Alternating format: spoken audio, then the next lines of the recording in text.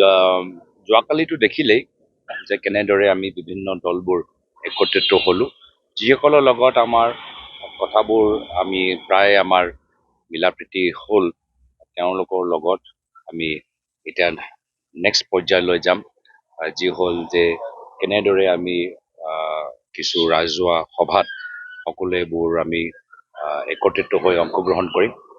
এনেধৰণৰ কথা সেইসকলৰ লগত কোৱা গৈছে, আৰু বাকীখিনিৰ লগত মই যোৱাকালিও ক'লোঁ যে আমাৰ কথাবোৰ চলি আছে।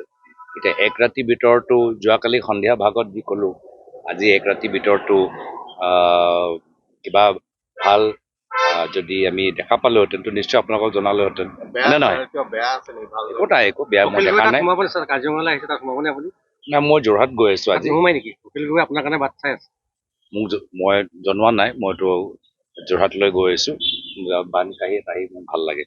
মই নাজানো মইতো আশাবাদী, মই এতিয়াও আশাবাদী, আৰু কিবা এটা হ'ব। তেওঁলোকে 20 তাৰিখে এখন পত্ৰ দিছে, পুনৰ ৰিভাইজ কৰিছে আপোনালোকক, আজিৰ দিনটোলৈকে ডেডলাইন দিছে আপোনালোকক।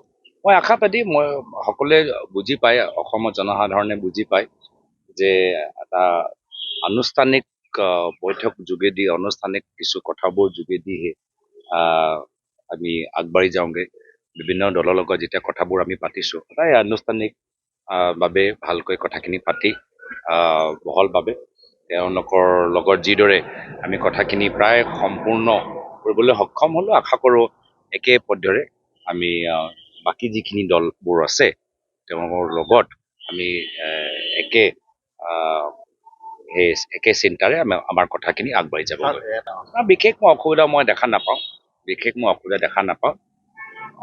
আশাবাদী, কেতিয়াবা সময় লয়, কেতিয়াবা সোনকালেও হয়, কেতিয়াবা সময় লয়। মই আশাবাদী। তেওঁ আজিলৈকে বাট চাম বুলি কৈছে, কাইলৈ তেওঁ প্ৰেছ মিটত চব কৈ দিব। মই আশাবাদী। আজি কিবা হ'ব নেকি? হ'লেতো ভাল। তেওঁ ফেচবুক লাইভ দিম বুলি কৈছে, সকলো কথা তেওঁ ক'ব। মই